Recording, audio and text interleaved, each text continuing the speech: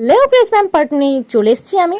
তো এই যে দেখতে পাচ্ছ, সকালে আজকে ছিল বাবুর বার্থডে। তো ও আমাকে ঘুম থেকে আগেই তুলে দিয়েছে, মুখে চোখে হাত দিয়ে নেড়েছে। তারপর আমিও ওকে একটু জ্বালিয়ে নিলাম অ্যান্ড দেন উইস করার পর আমি রেডি হয়ে গেলাম বাজার যাবো বলে। বাজারে কিছু জিনিস আনবো ভেবেছিলাম ওর জন্য।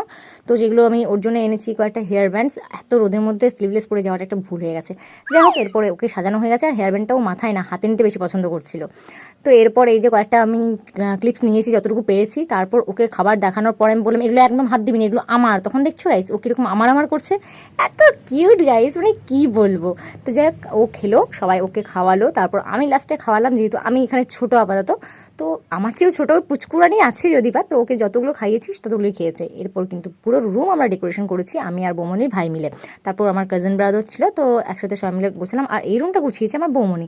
তো যাই হোক, এরপর আমি সন্ধ্যেবেলা রেডি হয়ে গেলাম, অনেক দেরিতে ঘেমেও গেছি দেখতে পাচ্ছ। তো কেমন লাগছে কমেন্ট করে জানাও। খুব একটা গর্জাস কিছু সাজিনি জানি, তো যাই হোক তাও